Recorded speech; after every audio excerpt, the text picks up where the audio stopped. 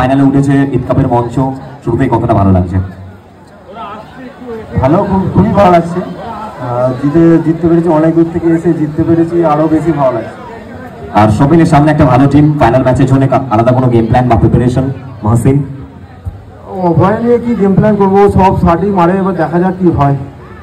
আর সবিন Eid cup কি বলবে? Eid cup সম্পর্কে ঈদ কাপ নিয়ে তো কোনো কথা হবে না, অনেক ভালো টুর্নামেন্ট, ফেয়ার টুর্নামেন্ট, আগের বারেও এসেছিল, একইভাবে মানে আরো এগিয়ে যাক, আমি এটাই চাইবো।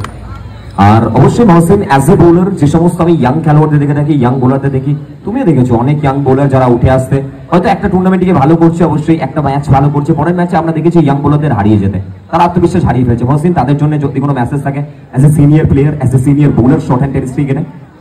একটা বোলার হতে গেলে নিজের প্রতি কনফিডেন্স রাখতেই হবে, আর যে কোনো ব্যাটসম্যান হোক বোলার হোক, একটা ম্যাচ খারাপ হবে, একটা ম্যাচ ভালো হবেই, আর ভালো খারাপটা নিয়ে খেলা, নিজেকে ধরে রাখতে হবে, তাহলেই সে বড় প্লেয়ার হতে পারে। ভালো খারাপ নিয়ে ধরে রাখতে পারলে তবেই সে বড় প্লেয়ার হবে। Thank you Mohsin. অবশ্যই